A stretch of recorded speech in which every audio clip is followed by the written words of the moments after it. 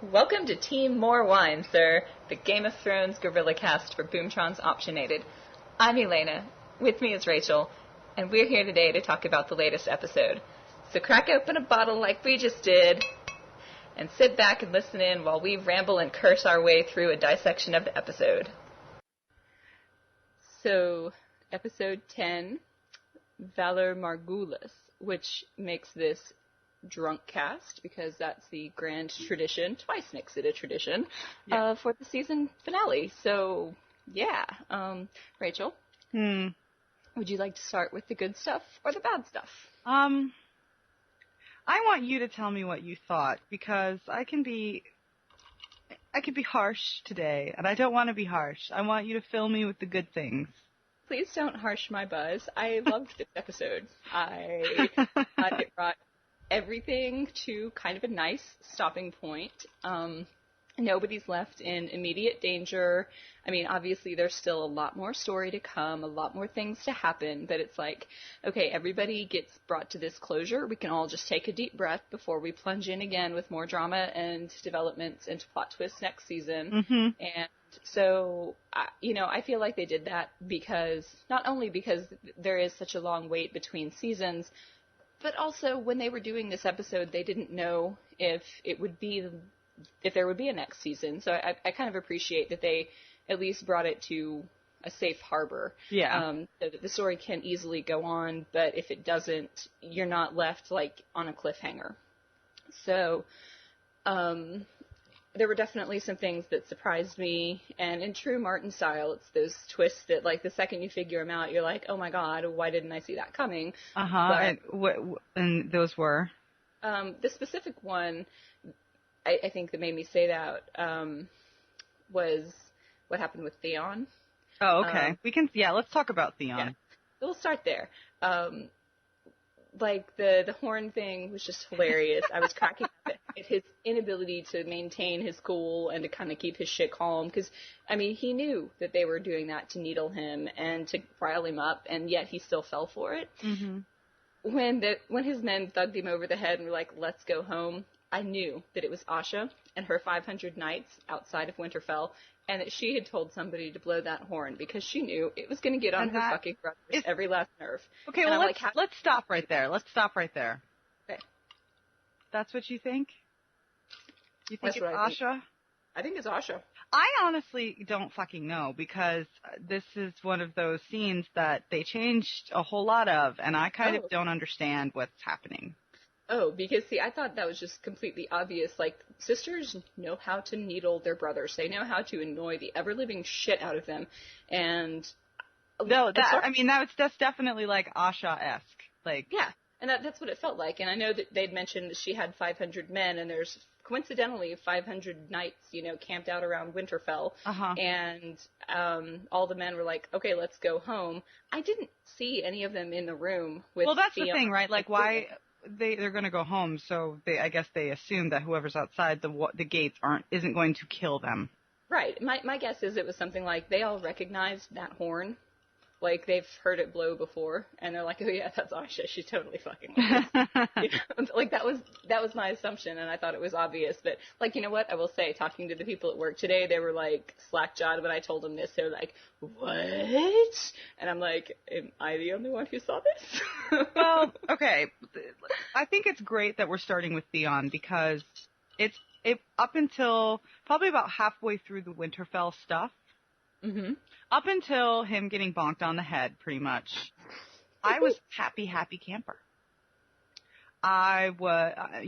We had a whole day. My friends and I spent all day making Game of Thrones themed dead cake ball heads on spikes, and we were drinking and having fun and playing Game of Thrones Pictionary and just being huge nerds.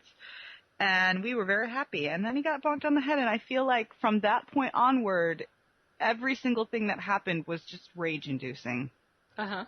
So let's talk about Theon, because this is the end of Clash of Kings and it doesn't sort of merge with Storm of Swords. I feel totally comfortable in talking about the things that happen in the book. Yeah. I'm not going to say anything about spoilers, right? I'm just going to say these are the things that happened in the book. Okay. Okay. The burning of Winterfell. I assume in the show that the Ironborn burned Winterfell before they left. Mm-hmm. And then they just left, and that's why it was empty. Okay. And that the people who were outside, you're right, the Asha theory is great because clearly whoever was outside the walls knew them and didn't kill them. Right. Because in the book, that is not who is outside. Do you remember Bruce saying some things in the tent to Robb? About, let me send for my bastard at Dreadfort? Uh-huh. Only because you were like, Ramsay! Yeah. Yes. So in the book, it's Ramsay's men outside, and they are, they come in and everything is burned to the ground. Mm-hmm. I'm just going to say that. So it's weird to me. Was it Ramsay? Was it Asha? Who's out there? Yeah, see, my thought, just to put this out, was that Asha went in and burned it after Theon was hooded and dressed up like a hawk and was like, I know how to fucking burn stone castles that have been here for 1,000 years to the ground. Let me show you. Like, that's what I thought, that she was just like the fucking expert at burning castles. Right. Because basically what's going to happen in the future sort of revolves around that action about the people who are outside the walls and the burning of Winterfell and what happens to Theon and where Bran and Rickon go. That's all like the big churning sort of northern push, right? You have like 3 main storylines in the series, and that is like one of the main ones for the north. So I'm a little pissed off. I'm trying, at this point I'm watching it like, okay, I don't really know. Obviously they haven't cast Ramsay yet, so maybe they're just holding off. I don't know who burned Winterfell at this point. I don't know what the changes are. So, but I'm still sort of riding the wave of this could be good. I could still be okay. His speech and then him getting bonked on the head was hilarious. Like, I liked that because, it's Theon. Yeah. And Maester Luwin. Okay, go. I liked the parts with Maester Luwin, and that was sort of beautiful and sad, and we got to see the wolves, which always makes me happy. Well, what I found interesting about this stuff with Maester Luwin was I couldn't tell if he was sincere in what he was saying to Theon. Theon, just run north, run to the wall, join the Black. It's an honorable thing. You can begin to atone for what you've done. Right, but Theon was right when he said that Jon would kill him. Oh, absolutely. I'm not saying that was good advice, but I think in Maester Luwin's mind, either he was trying to get him the fuck out of there, or he was sincerely giving him good advice. And I think his reaction at the end, oh my god, what is this? What are you doing? Actually, at least to me, said that he still did have some concern for Theon and was trying to steer him in at least what Maester Luwin thought was the right direction. Certainly, and this is one of the men that helped to raise him, right? Right. So, in the sense that, all of his foster brothers now want to kill him, it's hard to say whether Maester Luwin meant what he said about my allegiance is to Winterfell and not the Starks, or, not. But I think by the end it was clear that he meant that, and he really was trying to help Theon in what he perceived as, good advice. Yeah, that's the way Maesters work. They get sent to a place. They don't work for a family. So, and I think that helps them be sort of a neutral.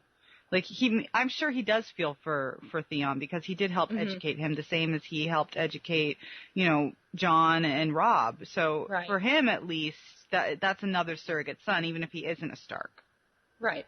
Which is actually kind of an interesting contrast to Maester Pycelle down in King's Landing, who is very obviously the creature of one family and one faction within the family. Exactly. You want to talk about Theon now? Or, I'm sorry, Tyrion? Only if we're done with Theon. Well, yeah, we don't have to be. I can't really talk about his storyline without spoiling for next season. Just suffice it to say that I feel like that can still be saved. They could still return, and this is an important point that I'd like to make. The first season adhered quite closely to the source material, and they've been sort of moving farther and farther away from the source material with season 2, but still keeping in mind, the major plot points of the second novel, which is, and I've been advocating for everybody to just calm down and like enjoy it, that this is an epic fantasy series. Not everything's going to make it into a 1-hour show on HBO. Right. So, I'm trying to, remain sort of zen, like I've said, about this. So maybe they could save it. Maybe they can make it make sense to me as a person who has read the novel. Maybe this show's going to be like True Blood, and they're just going to kind of go batshit crazy and not give a fuck about the source material. I don't know. I hope not, because, I don't know. I hope not, because I like the source material, what I know of it. But Well, all right. So Tyrion is not as uglified as he was in the novel.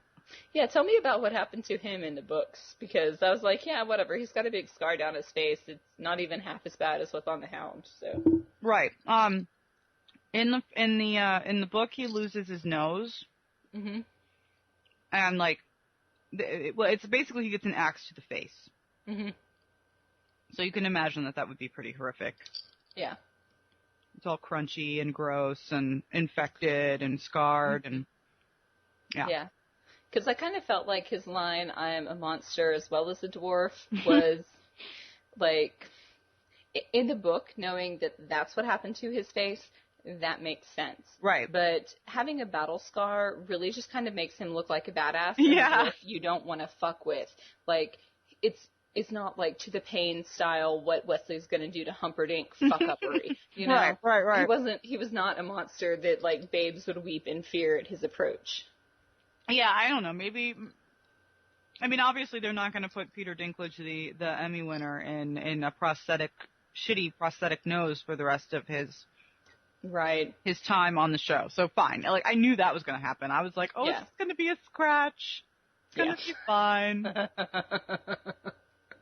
But it does kind of show how insecure he is, that he thought, like, that little flesh wound, as it were, was enough to make him a monster. So well, that, and I guess, Shay asked him, have you looked at it yet? So he doesn't really know, right? So he might be imagining the worst. Of course he's imagining the worst. You always imagine the worst in that situation. Yeah. But that scene was pretty powerful. More wine? Oh, yeah. Believe me, I'm drinking so that when we finally talk about North of the Wall, I can get through it. And I'm drinking so that I don't remember it. Mm. Although you've promised me no spoilers, so I'm going to be so good. No spoilers. No spoilers. No touching. No spoilers. I would also like to inform our listeners that I am eating a tiny manderly pie that my friend Jenny made. And I can't tell you why it's called a manderly pie, but for those of you who know, it's very good. Yes, and I'm getting my Asha on with some Dark and Stormies. So yeah, that scene between Shay and Tyrion, pretty powerful. I like the direction that they went with for him to cry and be that sort of emotional kind of just survived a battle, doesn't know if his face is gone, lost all of his power, sitting in a dark-ass room with Pycelle over him like, ha, ha, ha, ha, ha, ha. Basically, Lord, like saying, maybe Pycelle could have given him better chambers and chose not to in retaliation for the beard, and is like how high he has, or how low he has fallen from where he was. And well, yeah, that's like Superman waking up and being like, Lex Luthor is my doctor. Like, that's never going to go well. Right. It's like, this is a man that he cannot trust, that he threw out, right? Cut his beard off, all that shit. Yeah. Well, and no wonder he didn't want the milk of the poppy. Like, yeah. He wouldn't take anything from that bastard. Yeah, no way. But Varys kind of came up and said, hey, you know what, you're my friend, and I'm going to help you as little as possible, but I will. Yeah. I think this was actually, in a really weird way, this is good for Tyrion. Because I think what Shay had to say to him, oh, poor little rich boy has to buy friends. Nobody loves him because he's deformed and, unwanted.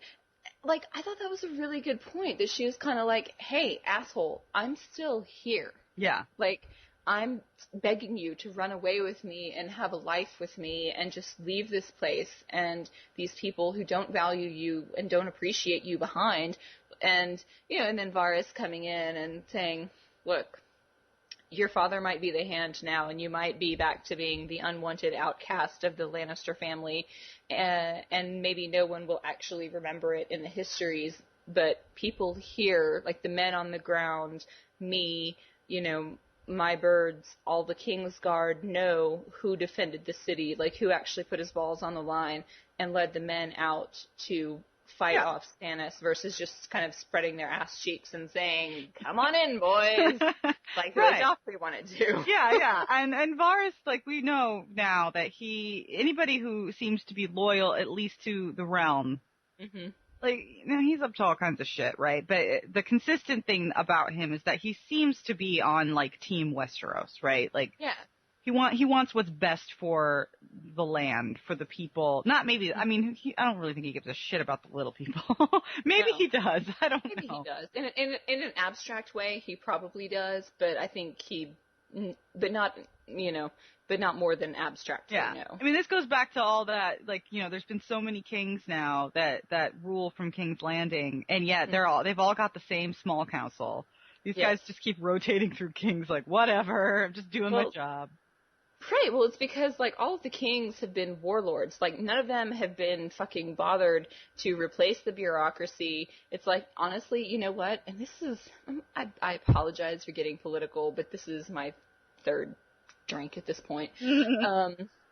It's like the fucking White House where, like, people go on campaign and they make all these promises, and it's like they get in and they meet with the 5-star military generals and admirals and, all the top advisors, and they're like, wait a minute, I can't actually change anything. Like, all those things I promised I was going to do, like scaling back the drug war and, like, closing Guantanamo and getting us out of Iraq and Iran and Afghanistan and all the other, like, shitholes of the world, I can't actually do that. Like, once they hear what their advisors have to say. Well, no, and because these are, especially in the case of these warlords in Westeros, they don't know what the fuck they're doing. Well, exactly. Like, and my point is, they don't actually know what they're doing. They don't know politics. All they know is kind of like they know one thing, and then it's enough to get them like to that position of power. But then they get confused by like all the information that's thrown at them, and I can see how it would be easy for someone like Robert Baratheon to be like, oh my god, I don't want to fucking hear about all of the people and the personnel that's going to have to be replaced if I fire all of Mad King Aerys bureaucracy. Fuck it, let them stay. I just want to go fuck somebody and drink some wine. I just want to be king. Exactly. It's easy to see how they actually are allowed to maintain their power, but at the same time, like looking at it, it's so impossible to see how they're allowed to maintain their power because you're like, oh my god, how can you possibly trust as a king the advice of these people who don't serve the king, they serve the realm. And there is such a difference. So let's go back to Joffrey then. The scene in the throne room. Perfect, right? Oh my god. Perfect. I don't know. Okay, I just want to start off with that horse shitting on... in the book. Perfect. Okay, does that happen in the book? Yes. Okay, because I was going to say, I don't know if that was actually planned or if the horse just, like, let one and they're like, oh my god, keep rolling because that's amazing. Like, it's hard to tell with TV and movies sometimes because, you hear enough interviews with directors, you'll be like, actually, this scene was planned for a sunny day, but the storm was coming up and we're like, fuck it, let's roll and see what happens. And then they catch this, like, amazing, like, storm in the background and it just makes everything better. Like, you never know. A storm of shit. Right, exactly. You never know when it's planned and when it just happens, but they're like, that's even better than what we planned. I imagine some poor intern, like, holding the poop above the camera and then being like, action, and then just, like, plopping it down. Yeah, well, the thing is, like, I grew up around horses, and I feel like that was a fresh one. Like, the way it fell, and the way it splattered, I feel like they might have actually had a poor intern timing that horse's BMs and being like, okay, he goes between 12:03 and 12:07 every single day, and they're like, okay, Tywin, get on that fucking horse now. And they just waited. Like, I kind of feel like that's what happened. Yeah. And if that's not what happened, I don't want to know. Yeah. Tywin coming in on a fucking horse like a douchebag. He can't fucking walk, right? He's gotta like prance in on his horse because that is the only horse in all of Westeros. Is that goddamn horse. It's like they heard your complaint last episode, Rachel, and they want to prove that, hey, Rachel, we have horses. We have this horse. We have this one horse. So if you really want him in the fucking scene, we'll put him in the scene. But, oh my god, like Tywinning. Like, that was fucking pimp. He's like, I'm too good to fucking walk into the throne room. I will ride my goddamn horse into and then I'll just turn around and leave. It's good. Bam. So what do you think? Obviously, you called the Marjorie. You knew that was coming. Yeah. But I love it. She's like, it took root deep inside of me. Oh my god. Well, okay. See, here's the thing. I got fucking distracted halfway through Joffrey's speech when I noticed her and her titties standing there in the background. I couldn't stop staring at them. I'm like, oh my god, there's Marjorie and her boobies. I'm like, I don't know how Joffrey got through that speech. Like, honestly, kid gets props for that. He's so been fucking spot on and perfect. That kid needs to be nominated for an Emmy. I'm sorry. Well, in this case, actually, well, wasn't he the HBO pick? And earlier in the season, we were questioning it, but like by the end of it, I understand why. But no, in this case, I actually kind of mean Joffrey, the character, not Jack Leeson, because that had to take an immense like strength of will for Joffrey. But I made this promise to Sansa, and everybody's going through the forms like, oh, we have to, say 3 times. We have to say that we're not going to do it, and then on the 4th time, we'll be like, oh, okay. Yeah. Well, interestingly enough, the part I found fascinating about all of that was the interplay between Cersei and Sansa, and how Cersei kept looking at Sansa through all of this, and I couldn't figure out if the expression on her face was sympathy or smugness. Smugness. I think she was trying to catch her in a relief moment, right? Because everybody keeps questioning, and she had to keep saying, I love Joffrey, King's Landing is my home. Because the moment that she didn't, the moment that she said, okay, get me out of here, she would be she'd be a traitor. Right. And to Sansa's credit, she fucking played that, like, trembling, like, oh my god, how can he put me aside, like, perfectly? Mm-hmm. But I have to wonder, like, here's the thing. I can't figure out if Cersei has come to have some sympathy for Sansa because she knows her son's a fucking shithead and that Sansa cannot possibly, like, deal with him, or if it's that she's jealous of her because, and the reason she hasn't become a bitter whore.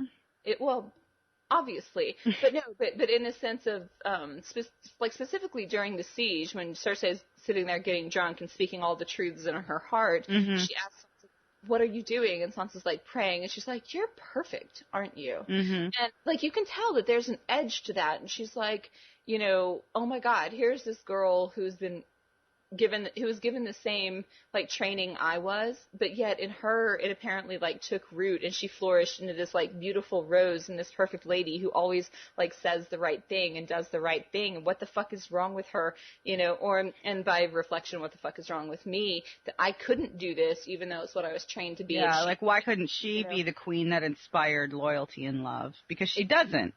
Right. Whereas Sansa at fucking 14 years old is sitting there like, taking hands with all the ladies and praying with them and guiding them through this like kind of horrible night.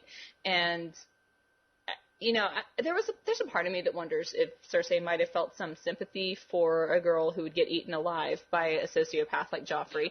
Yeah. And there's a part of me that figures, no, it has to just be she looks at her and sees her as a rival and she will not have someone like that around her. Yeah, I see. When I was watching the scene, all I could think of was, is Sansa doing the equivalent of drunk Cersei and being like, enjoy. Hey, Marjorie, you want him so bad? The Tyrells wants power so badly? Then fine, here, enjoy, take him. But the difference is, and even poor Sansa is, she might have been too overwhelmed with, like, relief to realize this.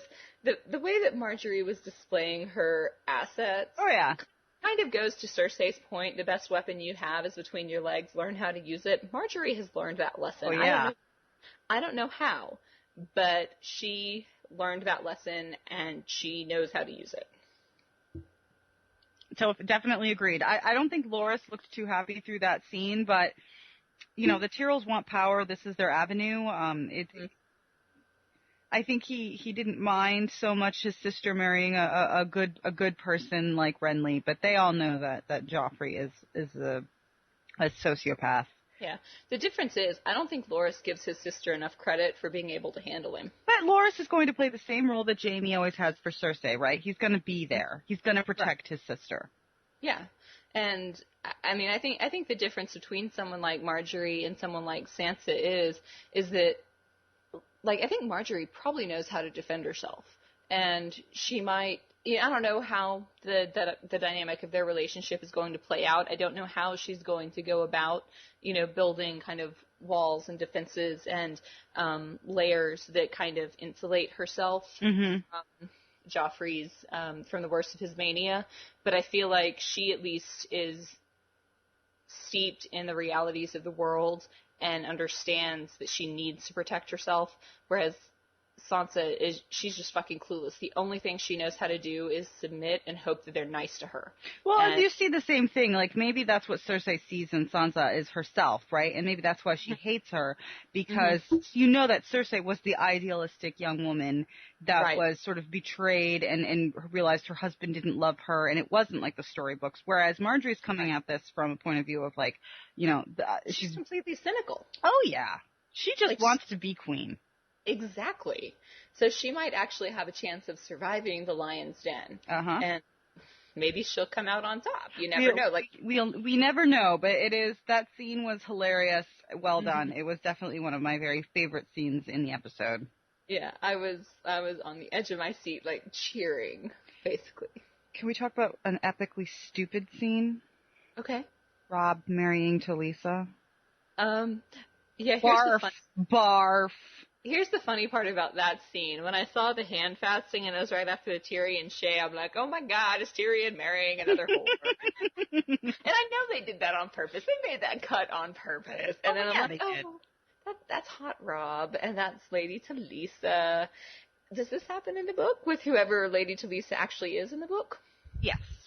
Okay. You don't get to see it because Robb is not a point of view character. Right. Catelyn sort of just shows up. It gets pissed off. They're already married. So, I guess they're trying to imagine what a Westeros north. This is what bothered me. They were married under the Seven. Talisa wouldn't believe in the Seven. And Robb sure as fuck wouldn't either. And Robb sure wouldn't. Yeah, he wouldn't either because he would worship the North. Old gods. Right. Yeah. And then they also said, and the new gods. What, like R'hllor is there with them? Like, bullshit, right? Yeah. I didn't like that. I thought they were trying to remind us. They were trying to, like, be like, remember, this is a fantasy world with its own religions, blah, blah, blah. Well, wait. When they said the old gods and the new, I kind of thought, like, they actually were doing a sop to Robb's, like, old gods, and then the Seven were the new. Is that not what you maybe, thought? fine, whatever. But this just wouldn't be the way that they were married. I'm sorry. It's, like, fuck it. Like, and then they tied their hands like it was fucking Braveheart. It was stupid. They should have just gotten married. They should have just been married. Why do we need to see that shit? They just wanted to prank us for the Tyrion cut. They knew that. Yeah. Well, I mean, I don't know. I preferred needs to be kicked in the face repeatedly. I preferred, like, a tender moment, even if it was like a, regurgitated ceremony, to seeing Catelyn's face when she found out about it, because, fuck that bitch.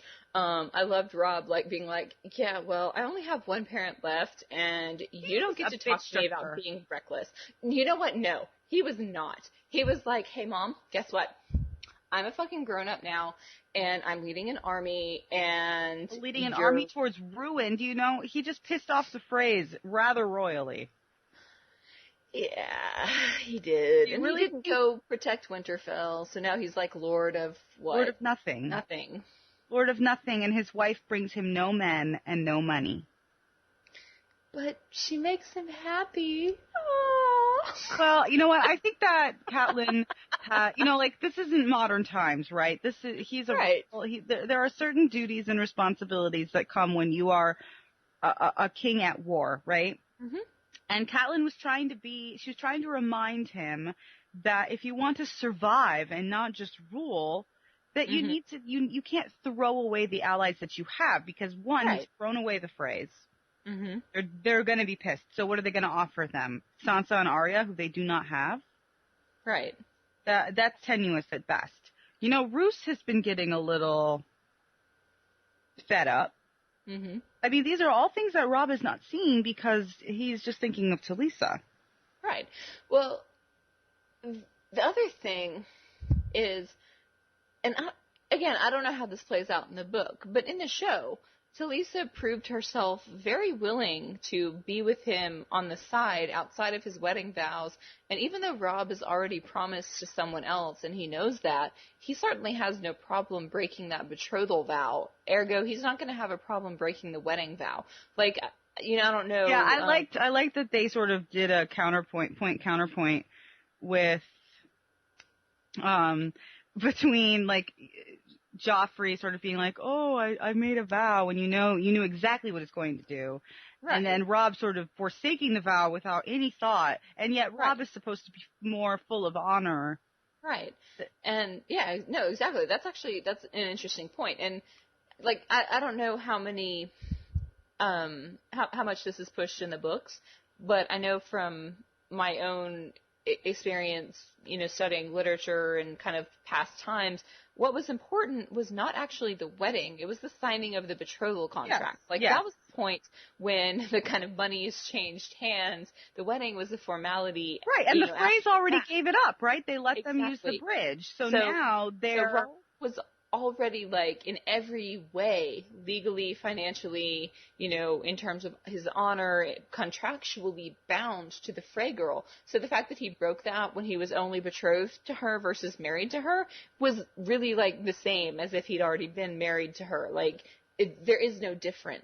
Well, I mean, it could have been salvaged, right? Like, King Robert was openly screwing every whore in town, and yet he was still king and Cersei was still queen. Right. Like, Robb could definitely have kept Talisa on the side. Maybe the Frey family would have been pissed. Is that, like, if he was willing to fuck her while he's betrothed to the bridge, for lack of a better name. Right. No, that's fine. He's going to be willing to fuck her while he's married to the bridge, because at this point in history, in this kind of society, there functionally is no difference between having a betrothal contract signed and being married. Definitely. You know? I agree with you. I agree with you.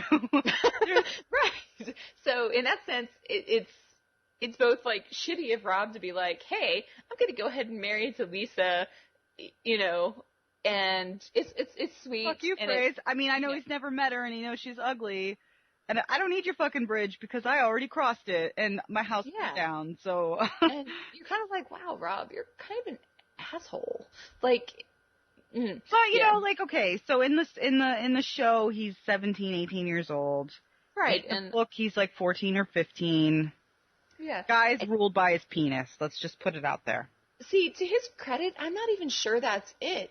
Or I think he might actually, like, be capable of looking kind of down the tunnel of years and saying, I want a wife who is going to inspire me and kind of help me. Okay, but this is a show thing, right? Because in the book, Jane Westerling is the name of the character that Robb marries, not Talisa. Jane Westerling is the daughter of a miner and poor and virtually land and soldierless lord who is actually, interestingly enough, a bannerman of Tywin. Holy shit. So basically what happens is while Robb is sort of warring around in the Riverlands, he goes off to the west, takes over a castle, fucks the guy's daughter, and says, but my honor made me marry her because I took her honor. And, wow. And Catelyn's just, you know, slamming her hand into her forehead over and over again. Like, he doesn't bring you anything, and Tywin is now even more pissed at you because you just took one of his minor lords. Like, I mean, I like that they have made Talisa into this interesting character, worthy of a person like Rob's love, that she inspires him, that you can see that they would love each other, blah, blah, blah, blah, blah. In the book, Jane, I don't even think Jane has any fucking lines. It's just like, I married this girl named Jane, she's pretty. And Catelyn looks at her and she goes, she's not that pretty. Like, certainly not worth a bridge. Oh, holy shit. See, that's actually really funny, because I'm thinking of, like, in the book, there's at least a political context of sticking it to Tywin, like, hey, this minor house that you thought you could crash in whenever you wanted, fuck you, it's mine now. You know, right in the middle of Lannister country, but go fuck yourself. Yeah, go fuck yourself. I took her. But yeah, no, to your point, Lady Talisa brings nothing to the table other than what neither did Jane Westerling, so they're effectively the same, right? I guess, yeah. Except that one comes with the satisfaction of, like, giving Tywin a reach around and the other doesn't. But. Okay, so we've talked about Tyrion. We've talked about Theon and Winterfell and Bran. Yeah, and well, Rickon. we haven't really talked about Bran, but what's there to say with that? Well, you know, Bran actually doesn't do much. Bran's going to get interesting in the next season. People are, I think that's, hopefully, this is going to, but this is going to connect to what I'm trying to segue to, is HBO has rejected the magic that isn't creature-based. Mm-hmm. Okay? Like, we had that short scene with Stannis looking into the flames. Yeah, where he looked like Eric after the Sea Witch cast a spell. Right. So, like, it seems like the only magical people in the whole wide fucking world is Melisandre, and then, like, random shit beyond the wall. And Pyat Pri. Dany can walk through fire, but that's about it. Well, let's talk about Dany. Okay, let's, because here's the thing. I think you had a much bigger problem with the Dany sequence than I did. Have a huge problem with the Dany sequence. Yeah. My take on the Dany sequence was this. I was a little bit underwhelmed by the House of the Undying. I know, and I was sitting there on the couch with my friends, and I was like, you guys, I told Elena to take fucking notes, and there's not one goddamn prophecy in this whole fucking show. Yeah, I was live blogging it as I always do, and I was like, I don't think I had any fucking notes about that. I was like, and later I was like, well, were all these, like, supposed to be sequences like, you know, Persephone and Hades, like, don't eat anything, don't drink anything, don't touch anything, or you'll be trapped there forever. Yes. But every time, like, her dragons would, like, scream and she'd, like, wander away, and I'm like, well, that wasn't very hard to distract her from, like, this wonderful image and fantasy, was it? And then I was like, why is she dream walking all over Westeros? This makes no fucking sense. Okay. I'm confused. The House of the Undying. Let me finish. Okay. I'm sorry, but then you can, like, rant. But it seemed like it was maybe, like, supposed to be one of those things where, like, traps you in a dream and, like, sucks you in, and she's just, again, her dragons pull her out of it. Like, by the end, when the fucking stupid sorcerer's like, you're gonna be here for 1,000 days and 1,000 more and 1,000 more, and she's like, hey, dragons, burn him.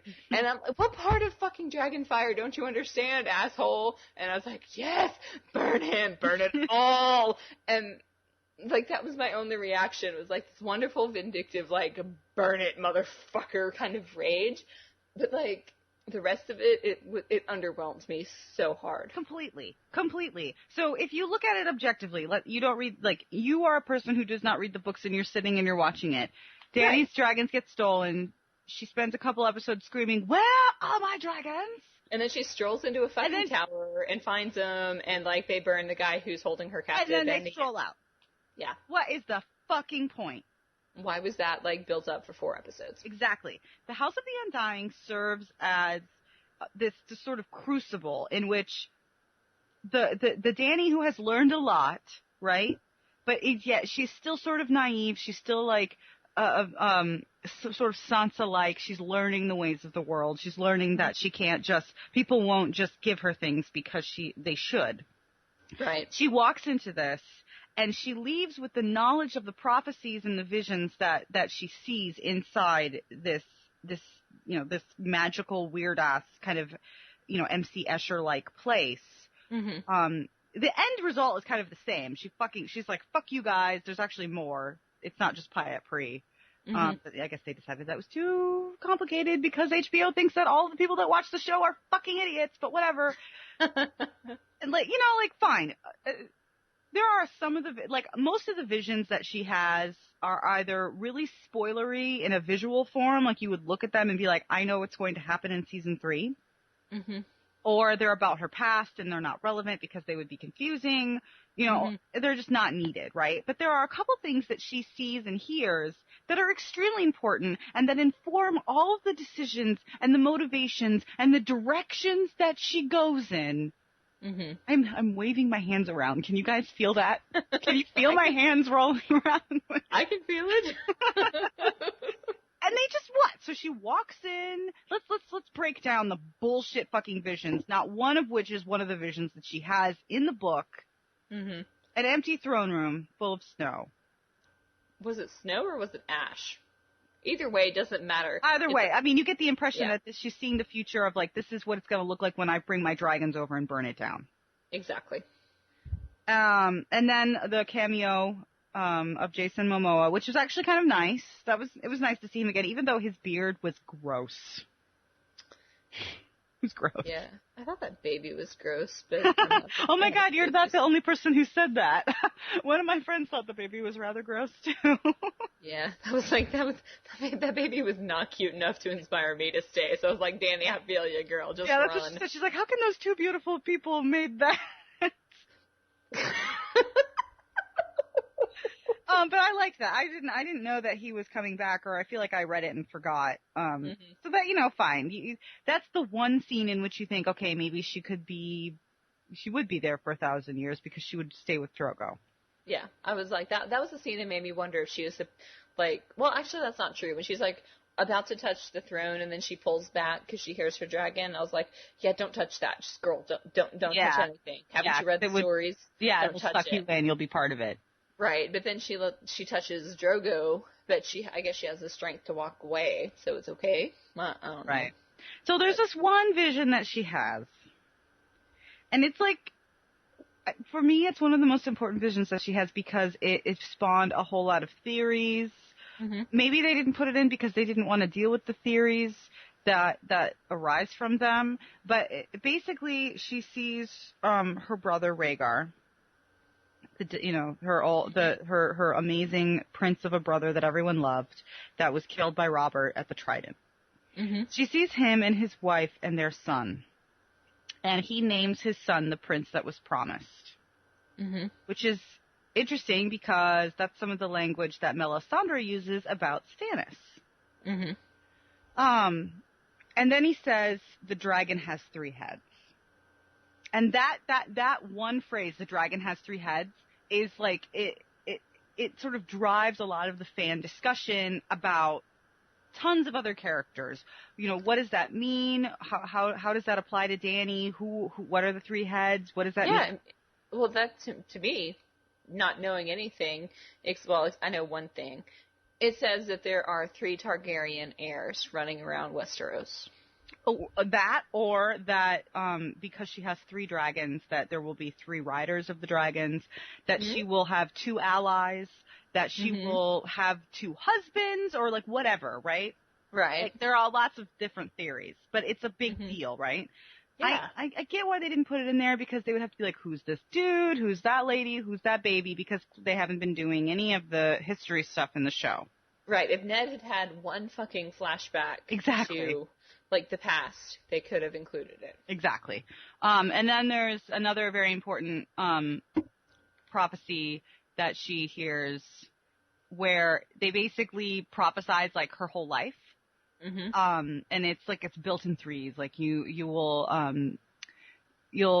3 fires you must light, 1 for life and 1 for death and 1 to love, and 3 mounts you must ride, 1 to bed and 1 to dread and 1 to love. And the 3rd line is 3 treasons you will know, once for blood and once for gold and once for love. And this is important because Dany believes that her visions come true. So she repeats this specific prophecy to herself all the time throughout the entire book, because she's constantly analyzing the things that happen to her and the people that she knows. How do they fit into this prophecy? So, like, they didn't say that either. And I'm like, okay, well, maybe that's because I thought it was too spoilery or that things are going to happen and people are going to be trying to do that and they don't want people to pay attention to it. I don't know. I don't get it. It's really weird to me because I feel like the prophecies and the magic and Dany's reliance on her dreams and making her decisions based on that and everyone around her thinking she's kind of psychotic because of it are important to her character development. Yeah. But instead, she's just like this girl who like walks in and out and tells people to take shit and like she's just, I don't know, she's just not as likable. She's not as dynamic. Yeah. It's really... I'm going to jump in. Yeah. And say, first of all, well, excuse me, I'm going to cough first of all. Second of all, I'm going to say, remember how you're always talking about how fucking hard it is to remember prophecies? I know that. Like, let me repeat the prophecy you just spake to me. The dragon has 3 heads. Squint's eyes real hard. 3 treasons you will know. So, yeah. like, I've already fucking forgotten this. No, I know. I've already forgotten. I know that you were like, hey, Elena, pay attention to any prophecies that come up. And, like, I've already forgotten what the middle part of it is. I don't know. Something about, like... I know, right? Fire and... I don't know. I'll make it up as I go along. I'll know it when I see it. No, I get that. I totally understand. Like, I know that they're like, oh, people don't need to know the prophecies. They don't need to be looking to see which events fit into these prophecies because it doesn't... Point, actually. My point was just to your kind of basic, how the fuck do characters in books remember this shit? They're magic. Right. But no, actually, I mean, my take on it is that they're trying to make Dany's storyline a little more dynamic, and in doing so, they're making her, like, less of, I guess, an actor who is aware of kind of the repercussions of her actions and very, like, focused on how does this decision play out, and much more, like, reactionary to things that, like, happen to her. And I don't like that, because one of the things that I think is important about Dany's arc as a character, and it was just barely starting to become clear when I stopped reading the first book, was that she goes from being someone who reacts to what is done to her to someone who kind of takes control of her life and very consciously chooses her own path. And believes in her own myth. Exactly. And that's a huge difference. And, I mean, it's a difference in how readers or, viewers are going to perceive the character, how they're going to, interact with her, such as the interaction is, how they're going to respond to her decisions and her process and, her story. And I'm kind of shocked that they've reduced her to someone who basically just, storms around the stage reacting to things that happen to her. She's not making things happen. Yeah. She is reacting to what's done to her, and that is so different. Yeah, I agree. Dany and Jon are my 2 favorite characters, and I feel out of all of the characters in the show, those 2 characters have been given the shortest shrift and have been reduced to the least amount of dimensions. I don't know if it's because they're also the most stereotypically fantasy character archetype. Right, which is sort of like naive youngster kind of discovers this secret destiny and has to embrace it. Right, exactly. Like, and like HBO is probably like, we want everybody to be part bad guy, part, like everybody has to be great. It has to be gritty and it has to be, I get that. And it's just disappointing because at least the Dany that I like is not on the show. Like, I totally understand why so many people who watch the show think she's an annoying little shit.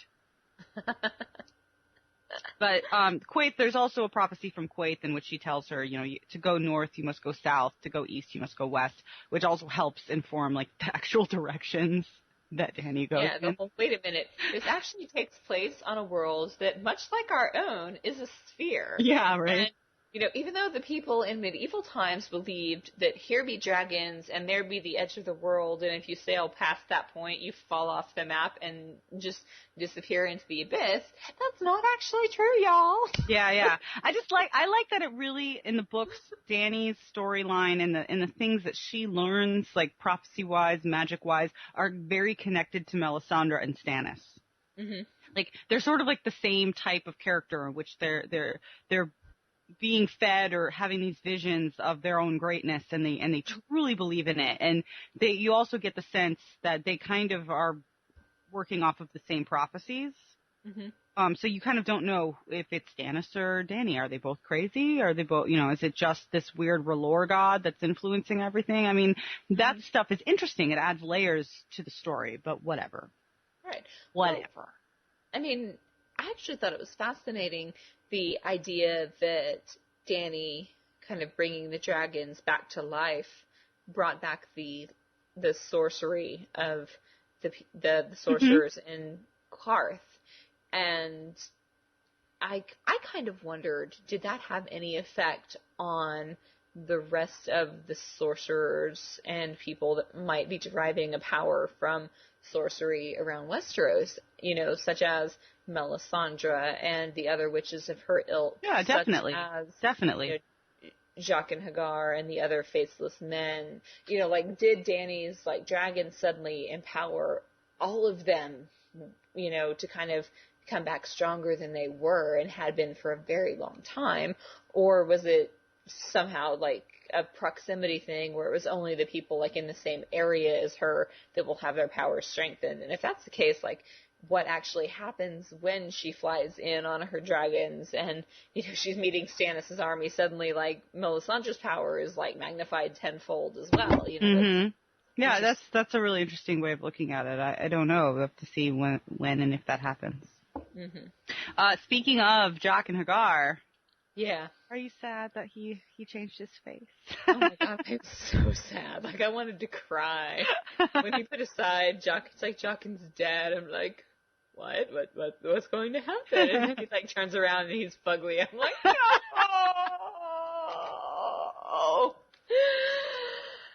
Oh my god, I was sad.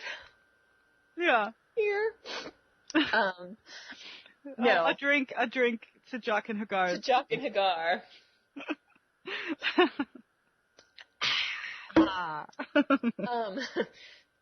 But what struck me about that scene more than the lack of Jaqen was that Arya actually remembered Sansa and her list of people. Yeah, right. That, I would love to go ahead and go be a faceless man, girl, woman, boy, and kill everyone I hate, except I have a brother, I have a mother, and I have a sister, and maybe I should save them first.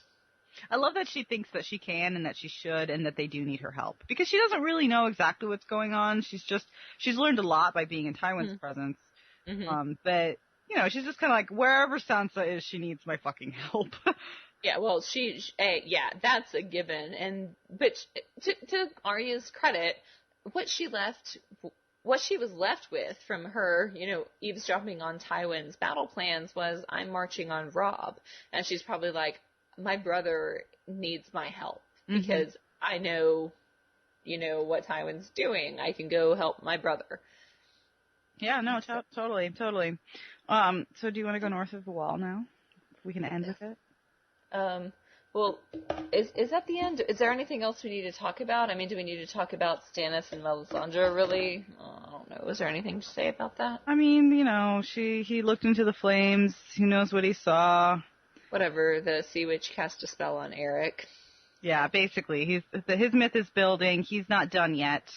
Yeah. He's not giving up. Yeah.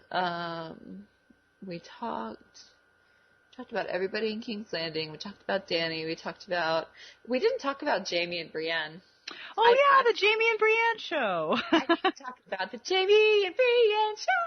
Da, da, da. Yeah, I love that. I'm like, what's his name? Theme song, if y'all didn't get that, I understand I'm drunk and off tone at this point, but that's what that was supposed to be. Yeah, that's unofficial. That's going to happen. It's going to be on the CW. That scene It's gonna was be amazing. it's gonna be a mid-season replacement once they cancel Beauty and the Beast, or as I like to call it, Lion Man and Shoulder Pads in Love. Well, I mean, honestly, pretty Jamie Lannister and Brienne via the Hulk Tarth, is pretty much like Beauty and the Beast, just with the roles reversed. Yeah, Am I pretty much. right? Pretty You much. know, that's fucking awesome. How, first of all, she's like, yeah, we need to stop and bury these poor women. They obviously, like, got raped and hung. And he's like, no, we don't. She's like, fuck you. I'm going to tie you to a tree and you're going to shut up while I do this. And then some, like, horrible, foul-mouthed Stark men come along and sass her one too many times. She's like, I'm going to kill you. Bam, bam, bam. Oh, 2 slow deaths, or 2 quick deaths, and then 1 for you. Like Jamie's face, he was like, holy shit. He's like, maybe I couldn't do it. Maybe I couldn't throw her down. Because he's all like, I'm strong enough. I could do it. I could totally make you. And then he's like, maybe I was wrong. maybe I'm not man enough for you, Lady Brienne.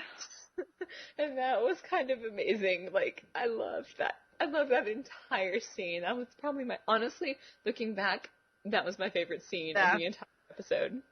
Yeah, so, they're pretty great. They're definitely my favorite, like, character pairing up. Like, cause it's only going to be awesome, right? Because it's either going to be go horribly for them, or it's going to go awesomely for them. And either way, it's a good. Yeah. Well, and to your point of hoping that, Brienne of Tarth gets as many fans of show people as book people, I think this episode went a long way toward getting people cheering every time she shows up. Like, I know I am fucking pumped every time I see her from now on. We're like, yeah, no, she's pretty cool. She's a little, more anti-man, I would say, than, not anti-man, but like super defensive. And then in the book, she's a little bit more naive.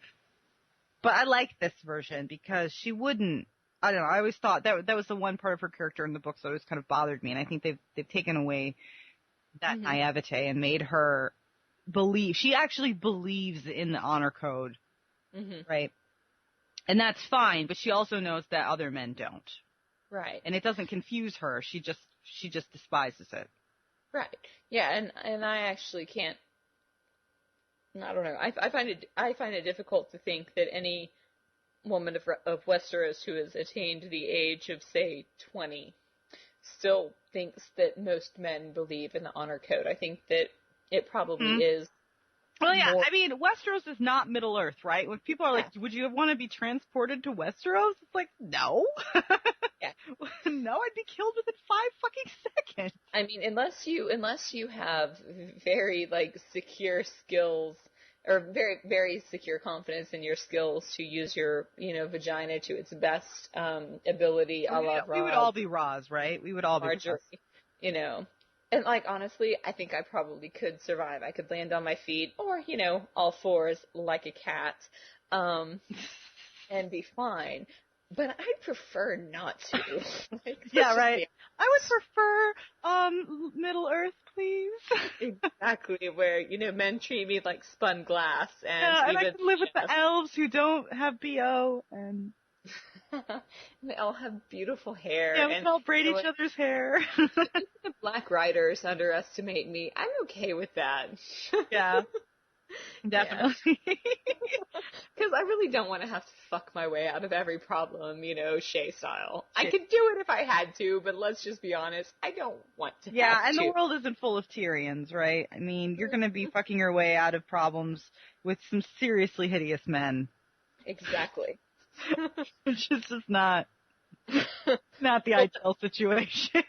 Exactly. Let's be honest. The world is not full of Peter Dinklages. Exactly. They're not all Peter. They're all that Jaqen Hagar's second face, That just makes my lady bits kind of shrivel up. Sorry, actor playing Jaqen Hagar's second face. I'm sure You knew you're that a was very coming. nice person, but you were obviously cast because you're a man with character.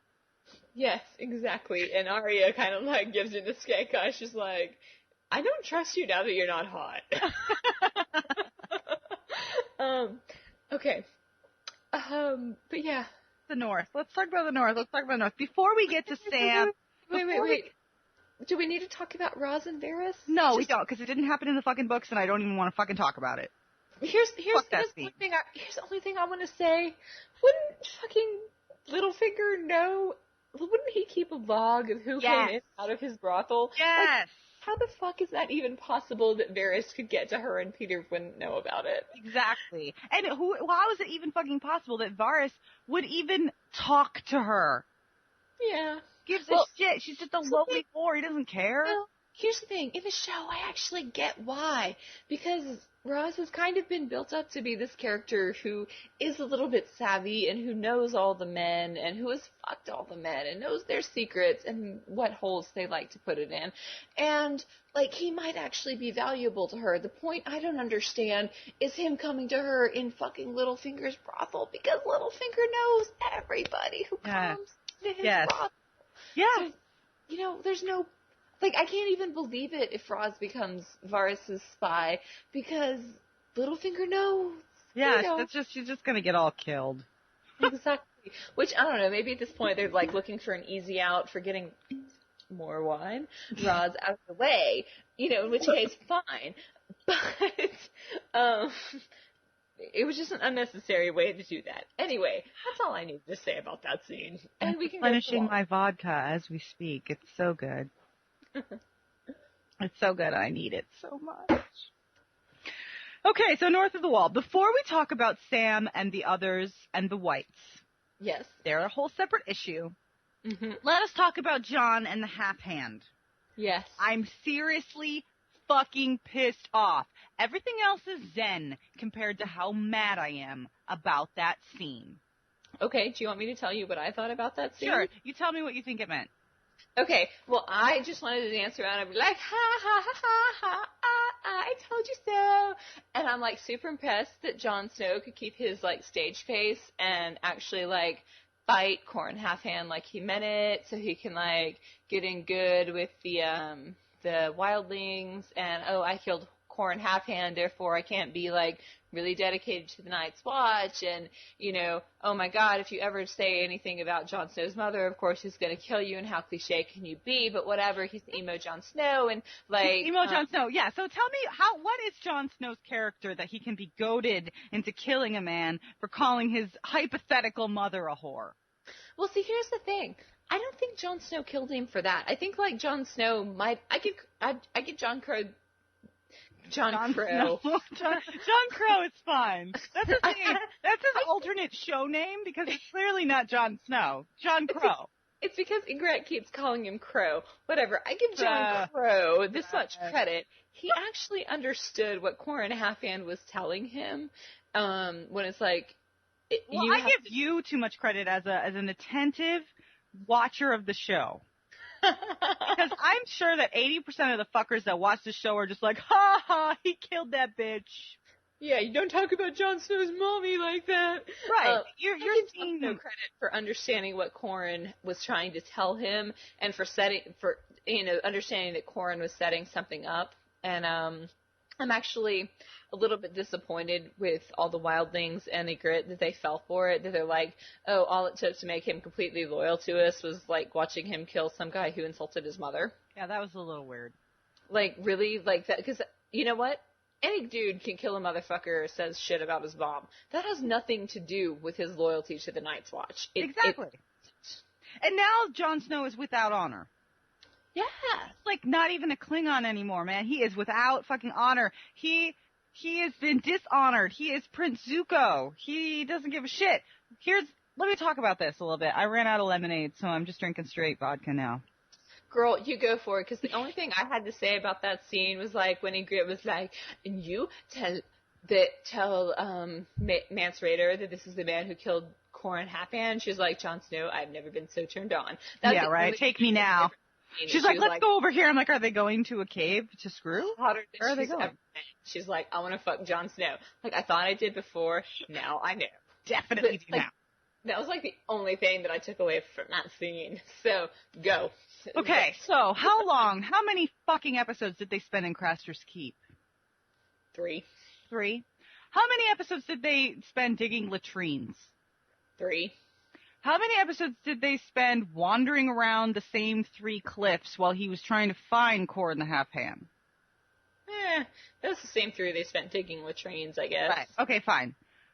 There's no excuse for how rushed that scene was, right? So there should have been at least a 1-minute scene in which Corran actually says the things to Jon that he said in the books, which my drunken version is. Please tell me these things. Tell them. I'm telling you right now. He says to Jon, whatever they ask of you, you will do. You need to become one of them. You need to find out what they're doing for the good of the Night's Watch so that you can warn them what is happening up here. Okay? Mm-hmm. He tells him this. It is an order. This is one of Jon's heroes. He's heard stories of this man his whole life. And he tells him, you do what you have to do, right? Mm-hmm. And one of the things that they do, obviously, because this is a fantasy novel or fucking any movie in the world with bad guys, they're like, oh, you want to be one of us? Kill him. Right. So that's what happens, right? It's not like a whole, I'm going to goad you and call your mother a whore and you stab me like a bitch. Yeah. Okay? It's horrible. Jon has to kill one of his own heroes because his hero told him to do it. It's fucking Dumbledore and Snape. It is. And it's Dumbledore and Snape. They didn't play it that way. They didn't. It's heartbreaking to me because Jon comes off as a little shit, right? Instead of this like multi-layered honorable boy who will do what has to be done because he loves and respects somebody so much, right? Mm-hmm. No, fuck it. He's just like, oh, is your mother a whore? And he gets stabbed. That's bullshit. Well, see, again, I give Jon Snow credit that I don't think that he, in his heart, was killing Corran because he called his mother that. I think that was just the show he was putting on for the wildlings. But to your point, I don't think that would have been a convincing show for them. You don't? Because, no. Well, I don't know. Maybe they're very unsophisticated and rustic people, but here's the thing. Yeah, anybody calls your mother a whore, you want to kill him. How does that actually, like, violate They don't have whores north of the wall. They don't have whores north of the wall. It doesn't matter to them. They don't care. They don't understand. All that they know is that he killed the other crow, so he must be like wanting to get out. Yeah. No. Oh. They don't. Yeah. I mean, like they don't. Like women go with the man who wins them, right? Like they don't have like this idea that like women are these special flowers that can only be plucked by one man every so often. I get that, but like, I thought they knew what whores were. Doesn't everybody? I mean, I don't know. Ask Tyrion. That was ubiquitous in Westeros. Like, how did she not gone north of the wall? Expanded their clientele, like Inara Sarah style. Because nobody pays for sex north of the wall because everybody just has it, right?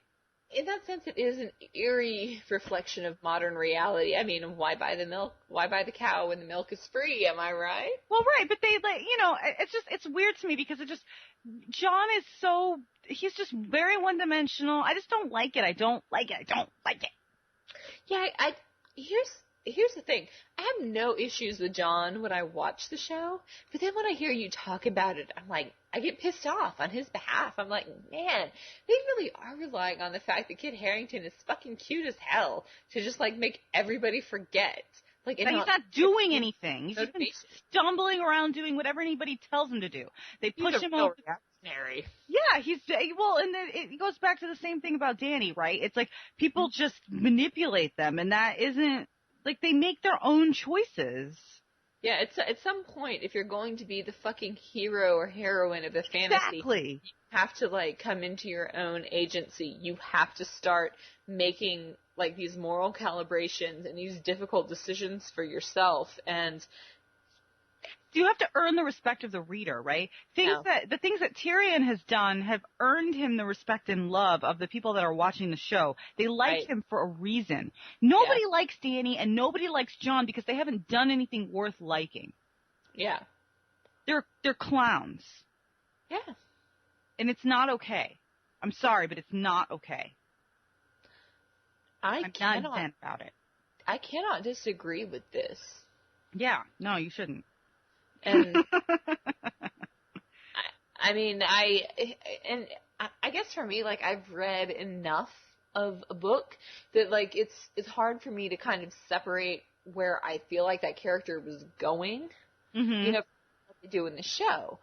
But I mean, when I actually sit down and kind of analyze what shows on screen, we don't get to see in their head. We don't, see what their kind of motivations are. All we see is what they do. And I'm like, yeah, what I'm projecting onto them, that's a projection. And I don't know that it's the same projection somebody who doesn't know, who hasn't been in their head for 100 pages, understands, Mm-hmm. No, yeah, you're on my boat. You're on my boat. Let's go. Let's sail away. Yes. But let's end. I really liked the zombie horse. Okay. Well, here, the only thing I could think about the end is poor Sam sitting there, and he's, like, trying desperately to channel Obi-Wan. These are not the droids you're looking for. Yeah, that was weird. In the book, it's like this weird thing where, like, they're on the Fist of the First Men, which I don't know where the hell they are in the show, but whatever. Yeah. They're digging latrines for 5 fucking episodes. Yeah. Yeah, they have been digging latrines for 5 episodes. John was only 3. So, like, there's something that's going to happen that I assume they're going to put in the prologue or the first episode or whatever. Fine. I understand that because it's more dramatic to just do this big cutaway shot of a bunch of fucking Shaun of the Dead extras shambling through the snow. I was so, honestly, can I bitch about, like, how unimpressed I was with that? Thank you. Bitch. You know what? Here's the thing.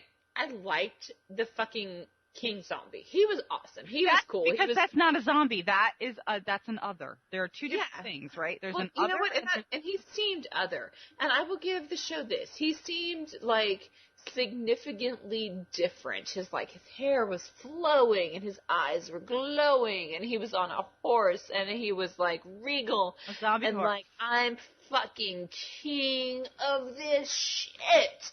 Like, that was great.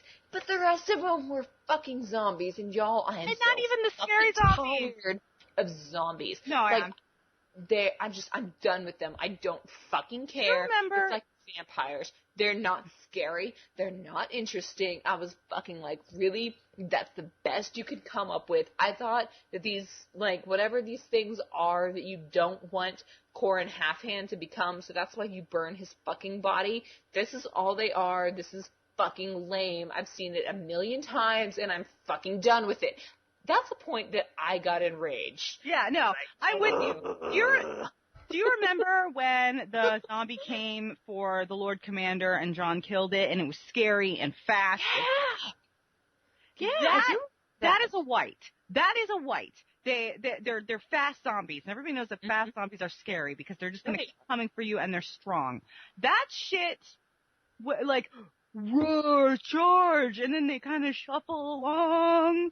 That's not scary. That's it's stupid. They're supposed to be fast and strong and smart and driven. They are not supposed to be mindless, shambly little not scary zombies. I don't know. That was weird. They're not supposed to be zombies is what they're not supposed to be. They're supposed to be risen, right? They're not zombies. They're risen.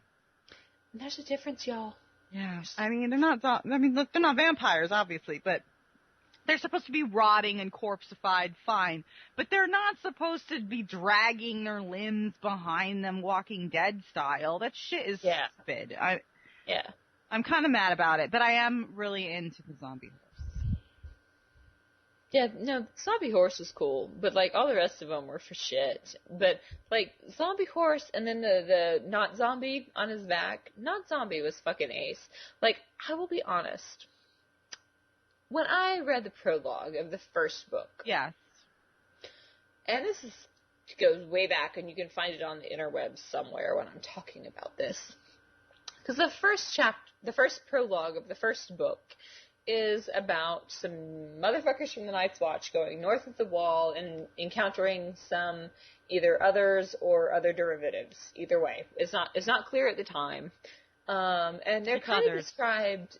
They're others, okay. But what they're described as is having these like glowing blue eyes and these like crystal swords and like this bright shining light. What I fucking pictured was like the Urskeksis that come up at the end of Dark Crystal when like the ones that sing all the time and the ones that are like, oh, road at the dinner table like merge and they become these like powerful glowing beings with antlers. Like that's what I pictured the others as being. No, I think that's very accurate of like the stuff beyond the wall. It's very kind of nature magic, but but harsh, very harsh. And, you know, the in a way, I guess the guy leading the zombie army was a little more defined than that and a little slightly more human than that, but not much. And so he was cool, but like the rest of them, I was just like, wow, this is so unoriginal. Like I was disappointed. I'm glad you're with me on this, Elena, because I was in a room full of a bunch of diehard fans. And we all looked at each other at the end of that episode, and we all were like, I'm going to go home and cry now. My friend Jessica was just beside herself, like, so upset. Her very favorite character is John. Mm-hmm. She just felt so betrayed that the show that obviously lovingly cares about all these other characters. They expand them in the right ways if they weren't expanded properly in the books. They really try to help us like understand them and love them and like or hate them because we love to hate them. And, right. And then people like John and people like Danny, it's almost like HBO was like, no, fuck the archetypes. Yeah. Like make them something else. And you know what? Jon Snow is not the Hound. He doesn't need to be the Hound. Him and Dany are like shining lights, right? There's somebody that you can root for. Everybody else is just someone to like watch. Yeah. And I just feel a little bit betrayed. I don't know what's going to happen. Obviously they're putting Storm of Swords into 2 seasons. It's got enough action in it. It can totally work. Except if they fucking dig latrines for 5 episodes, I'm not watching anymore. Yeah. Well, I mean, I don't know what the reluctance is to give the audience characters that they can root for without shame. Yeah. I mean, I think that's what it boils down to, is this sense that, like, I mean, as you were saying earlier, we need everybody to be, like, a little bit good and a little bit bad. You know what? Like, I don't think, knowing what I know about Dany and John and kind of extrapolating, like, what I've seen of them in the show and what I have heard from you about what they do in the books, to what I think they are, I don't feel like either of them is a character that, even being kind of unabashedly good is unabashedly white. Like, they are, like, they're all toward gray. Exactly. Like they're great, though. Like, they all have blood on their hands or something that they do that isn't maybe the same moral calibration that, like, you or I would make, but at the same time, like, it's not kind of pigeonholing them into these sort of, as you've said, like, naive archetypes that almost don't have a personality or don't have their own agency because, like, they're just slaves to the story around them. But I like that they are homages to the genre, right? Because it's like, I'm so tired of hearing people being like, this isn't your pimply nephew's fantasy novel. And it's just kind of like, fuck you in the ass. Like, it is fantasy. There's fucking dragons and zombies and direwolves and warging and, like, hey, did you know that Bran's a warg? Did you know that John's a warg? No, you don't, because they didn't put it in the fucking show. They've hinted that Bran is. What I don't know is that John is. Thanks for the spoiler, Rachel. I'm just kidding. Rachel, seriously, thank you for telling me that Jon is as much of a war against his fucking half-brother Bran is. If that matters. Let me just put it, in the novel, he has dreams that are similar to Bran's. That's all, right? Put two and two together. We're a very smart audience, right? Exactly. You guys want to hate on me for just saying that? Fine. Fine. Hate on me. It's fine. No, but, like, that's, oh my god. Like, it's off when people try and, like, dumb fantasy down. Because, it's like, well, we can't have these two archetypal characters because it's too embarrassing for us to have these fantasy characters in there. And it's like, you know what? The reason I read those books in the first place is because they were fantasy. I grew up on Wheel of Time. I grew up on Terry Goodkind. Like, fuck you if you're like, oh no, the only fantasy I read is the dark and gritty stuff that doesn't really have any magic in it. Like, it could actually be real literature. And people like that, I just want to, like, kill them. It's when I was growing up. I'm sorry. I think I've read fucking every fantasy book that was published between 1979 and 1989, and they didn't fucking have that. They all had magic, and they all had protagonists that had to learn and that had to, like, grow up with the reader. And that was part of what made it awesome, is, like, reading the first book, you understand their decisions and you understand their hesitations and, like, why they make the choices they do. And then, like, you, right along with them, you learn about the wider world. You get introduced to the egrets right along with Jon Snow, and you're exactly. Like, you are them. They're your avatar in the story. It's like, exactly. It's like, not all of us are, like, bitter, hardened Tyrians, you know? And I mean, I think, like, I think that George Martin needs to be given some credit for evolving the genre in a way that sort of corresponds to 21st century life, right? Yeah. Fine. But he still put the homage in there to the genre, and they're erasing that because they're too embarrassed and they don't want to, like, make some shitty frat dude that's watching it with his girlfriend on Sunday nights be like, this is gay. You know, like, fuck them. Like, just put it in. No, I mean, seriously. And I don't know, like, for everybody that, you know, reads somebody like Scott Lynch or Joe Abercrombie and is like, oh my god, this is, like, what real fantasy is. Go fuck yourself if you haven't read, like, what came before to understand what brought it to this point.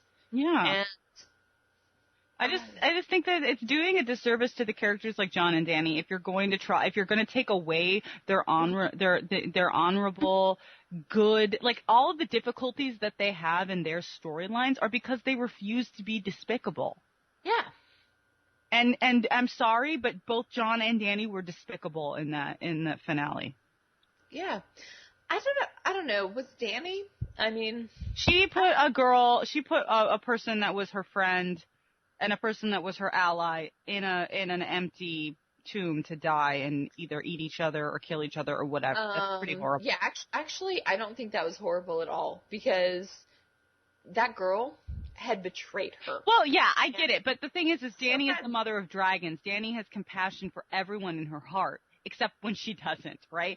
And see, I didn't get that. I thought Dany was like, I have compassion for anybody who's innocent, but that girl, obviously not innocent. That with the way that girl reacted. But Dany does some things in the novels that are akin to what she did in the show. Fine, but I just feel like, you know, it was too early in her storyline to be like that. You know, she had just burned, well, supposedly, I hope she did. I don't know. They used all the burning money up in Blackwater, but she burned the House of the Undying to the ground with her dragons. She got them back. Like, I get that she wanted revenge, but she's different than that, right? There's something soft about her. You have to see in her what Jorah sees in her. I didn't see that at all. Like, I mean, and not in a bad way. What I saw was that she looked at that girl and she saw someone who betrayed her. And you know what? I mean, I didn't feel that bad because Doria is not even alive in the book at this point. Well, okay. I guess I knew that, but I'd forgotten it. That's not the point. The point was, like, Dany could be forgiven if, like, Doria had been kidnapped and, like, dragged out by her hair and raped by... Oh, come on. You know that Doria helped him because she was dead with Eerie. Zaro every night since. You know, in that case, Dany's a fucking awful person if she doesn't extend mercy. But Doria helped him. She said it herself. She's like, but Khaleesi, he said you would never leave the city alive. And, like, that, to me, I don't mind that about Dany, that she refuses to give mercy to someone who betrays her. That in no way makes her despicable to me. What Jon did was more ambiguous. And again, I want to give Jon Snow credit for understanding what Qhorin meant when he said to him, and I think that Kit Harington did a great job in that scene. He really did do the facial expressions and like the body language that made it seem like he was resisting. But right. But, and you know, in terms of the show, you know, Qhorin did say, I hope you can do what needs to be done when the time comes. And then in this episode, you know, right when Jon Snow was about to put the sword in him, and he kind of had the choice either to just force him to yield or to kill him, he said something like, remember, you are the second wall for the Night's Watch, or something like that. You know, and that, it kind of made me think, well, if I can pick up on the fact that Qhorin's telling Jon to do these things and like to kill him to get their trust and whatever, that Jon understands it, and so Jon's not actually reacting, Jon is acting. And in that sense, it was admirable that Jon was able to like... Well, you know, it makes me feel a lot better that you picked up on that. Like, because, you know, me watching it, I'm just trying to imagine, you know, like, these are characters that, like, live in my head, right? Everybody who reads a book and loves it, they feel a protectiveness of that story. And when somebody misrepresents it, you feel defensive, you feel angry, and I'm glad that you picked up on that, because that makes me feel better in the long run for the majority of people who are watching the show. Like, maybe they think the same thing that you did. I don't know. Yeah, no, I mean, I thought that Jon Snow was very much in control. What I don't understand is why the wildlings believed he was, like, so easily overset. Yeah, they're like, oh, okay, that's fine. You know, like, that's what made him, like, kill one of his black brothers. Oh, really? Like, hey. Well, in the book, they play it off more like he's doing it because he wants Ygritte. Yeah. And well, to your point about the choices that were made, about how to play the kind of, how to play the character's points of view, about how to imply what the reason for the behavior was. I do think that was changed. I do think that it was subtle, you know, and that it was easily missed that Jon Snow was behaving the way he did because of Qhorin's, like, orders to him earlier. I think that could easily be missed. I feel like there was not enough made of what his kind of, I guess what he was plumping up as his superficial motivation. He really didn't plump that up at all. He was just sort of like, I'm going to pretend like he just made me so mad I couldn't control it. Well, you know what? If you're fucking Mance Rayder, do you want someone that can't be controlled, like, to be slipped from his leash, or do you want to be like That's so wildling, though. That's just the wildling way. Well, you know, actually, you know what? You're right. I'm still thinking like a Westerosi, because I'm like, you don't want to fucking like slip Ramsay's leash until like it's time. You slip it when it's the exact right moment, and then you like let him go, and then you like clip it as soon as he comes back. Oh, you think he's gonna come back? That's hilarious. Actually, yes, I do. Because I think that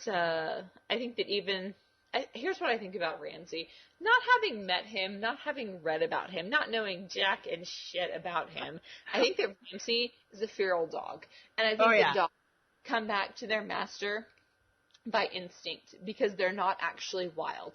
They are tamed animals that have gone feral. And so he goes and does his feral thing, and then he comes back and says, what next? Okay, well, apply that logic to Jon. What's Jon going to do?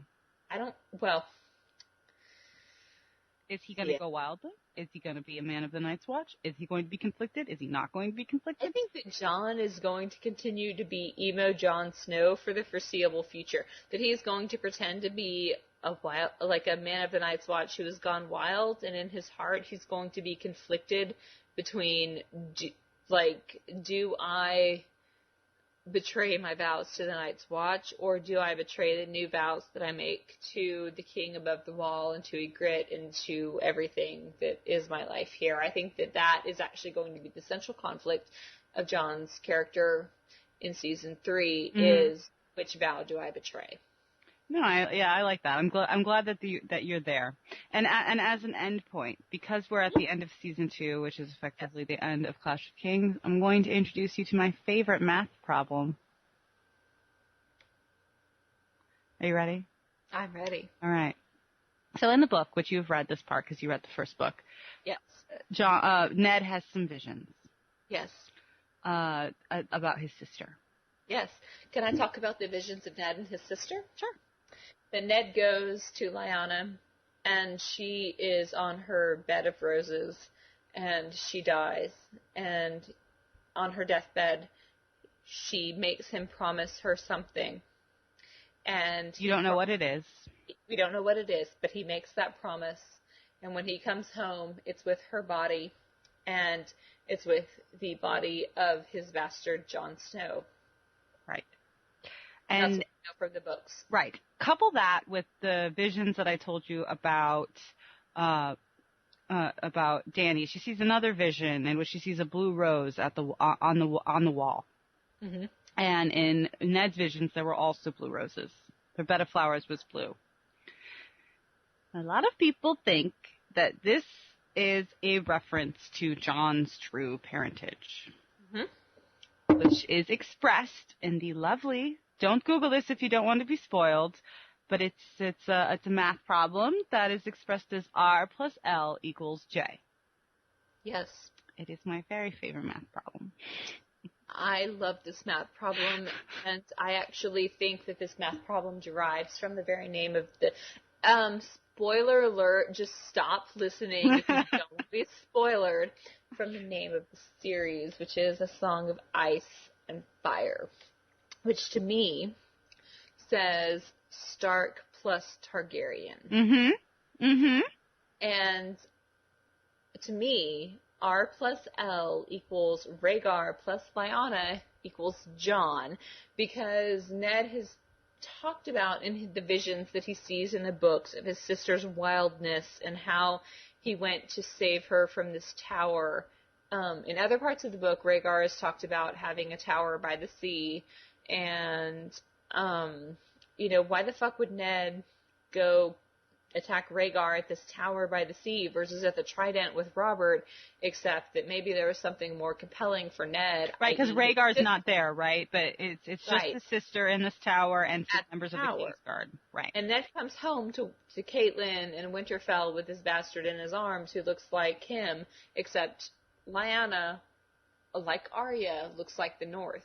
And she looks like Ned. She looks like everything that is the men of Winterfell. And so why wouldn't her son, by any man, be it Rhaegar or anyone else, also have that look? And it honestly, personally, I always found it difficult to square Ned Stark's honor with fucking any kind of whore or noble woman or anything in between.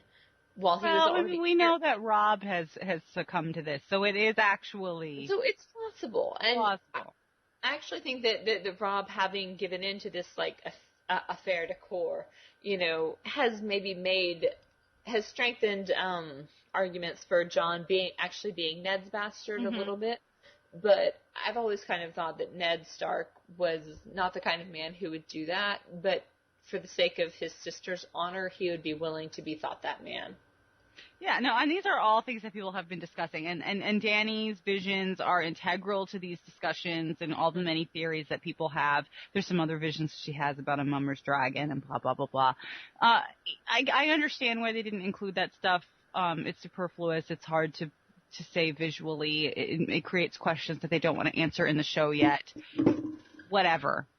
But I think that it's sad because half the fun of this show is finding the prophecies, of which there are many, and figuring out which ones have been fulfilled, which ones have not been fulfilled, which ones are false, You know, Right. like that stuff is fun, and I like that's part of the layering of the show or of the books that make me think that George is actually an amazing writer, because his battles aren't that great, his sex scenes are terrible, his jokes are bad, but the layering of mysticism. Jokes are obvious. Let's not say bad, but let's say obvious. Okay, fine, obvious. But you know what I mean? It's like the layering that he does, the way that you can read something 100 times and still miss something, the way that you can read something on page 2 that is fulfilled on page 80 or vice versa, is just, Exactly. that's what makes those books compelling and great. And they're leaving it out of the show. I understand why. It's disappointing to me. You know, let's just leave it at that. Yeah. But you know, good. It's a 50-50 for me. I was happy about halfway through, and then I was sad. You enjoyed the whole thing, and I think that I read today that this finale actually had an uptick in the ratings, which have been going down for the last 2 episodes. really, have they? Yeah, so that's a good sign. And we know that they have season 3 and possibly 4 because they decided to break the 3rd book into 2. Right. So we have a few more years of the show. I hope it's good. I hope they don't pull a True Blood. Yeah. Well, I had never read the books on True Blood, so I can't compare. I haven't either, but I have heard that they vary wildly. Well, I've also heard that they wildly diverge, but the thing is, what I've actually heard is that the show might be better. Really? Well, sadly. hey, You're not talking about that, because here's the thing. Just based on my own experience of having read the books, I do feel like the show has kind of taken the subtlety of the books and wiped it on its ass and said, you know what, we're gonna give you the topical answer, the superficial answer, the answer that the most widely appealing. Right, the most widely appealing answer, the one that makes you not have to think about it later. And in a way, I understand why. In a way, I respect it. In a way, I hate it. Yeah.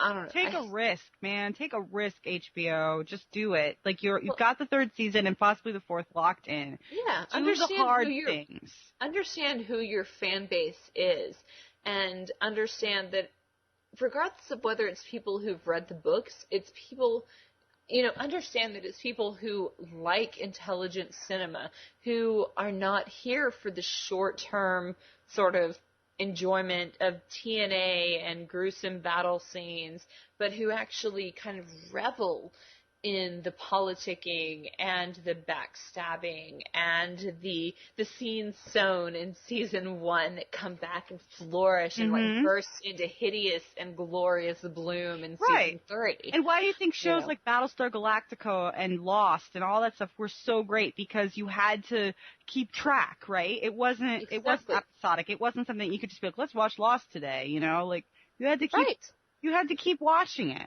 Like I had friends who tried to pick up Battlestar at the height of like the kind of season 2 mid-season hype, when it was like, yeah, the first half of season 2 had like 3 million viewers, so get on board with this. And they were like, yeah, let me call that Battlestar crap Tactica because I don't know what's going on and I can follow it.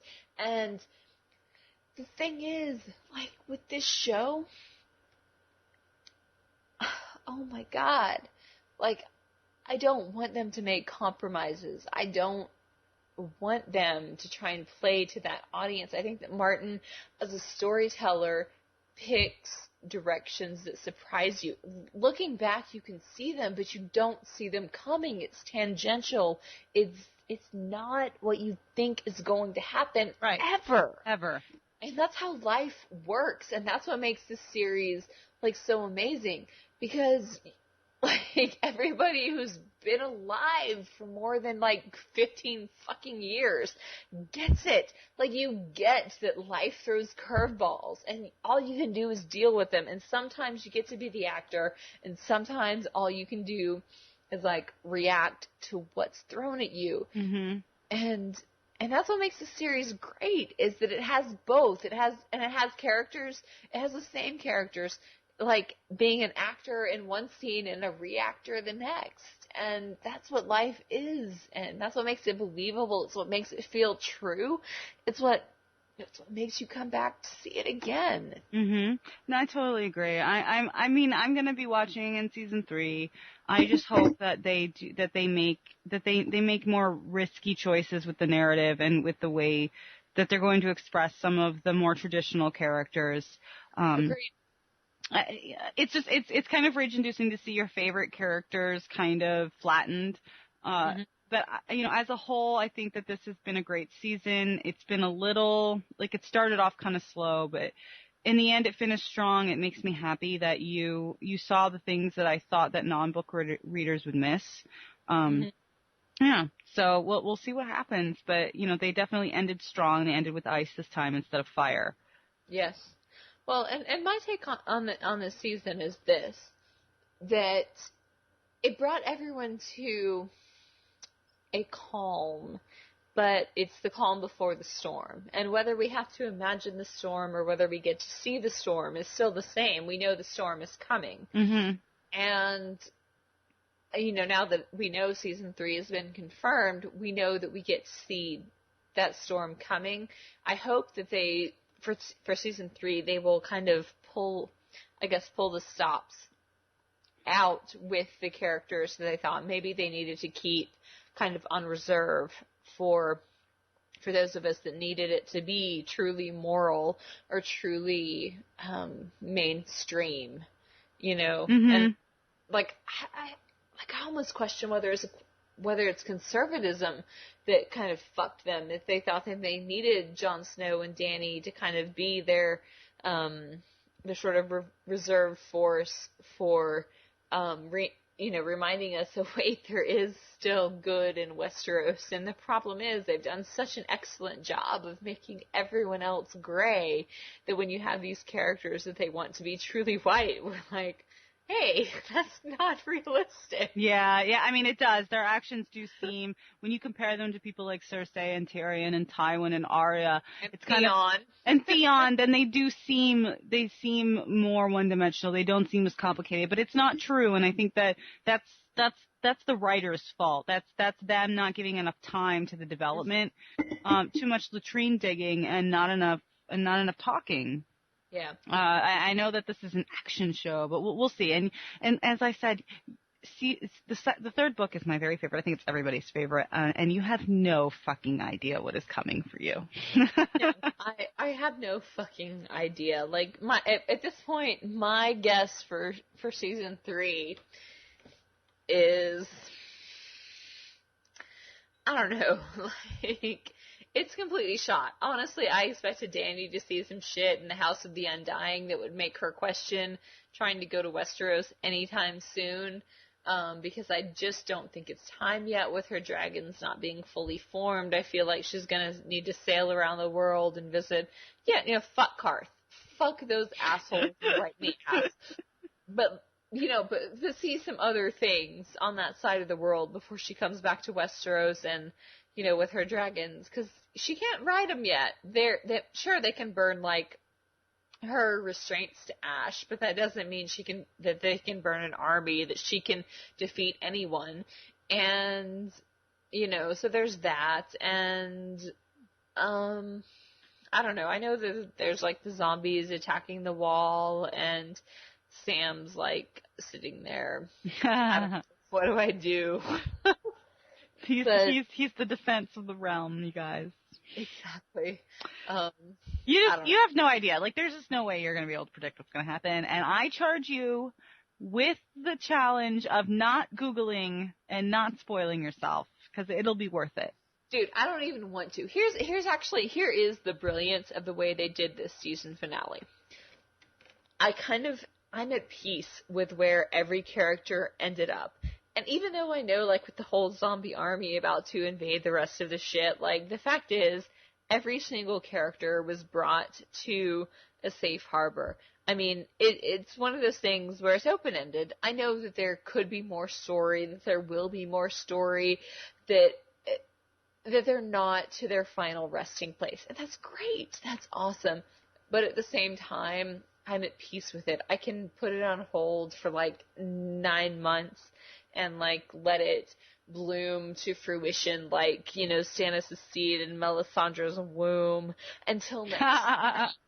And we'll see what happens. We'll see what evil, horrible shadow babies are birthed. Oh, from girl. that. Oh, girl. You But have no idea. you hear me clapping. But for now, I'm totally okay with it. I'm totally okay with taking a break and saying, you know what? Everybody is safe. They're still alive. We'll meet Uncle Benji next season. It's cool. It's fine. I'll take a breath. I'm just here smiling and cackling and you know, I can't say. All I can say is, hey Rachel, cheers. Cheers. That wraps us up for this episode. Thanks for listening, and always remember to ask, more wine, sir?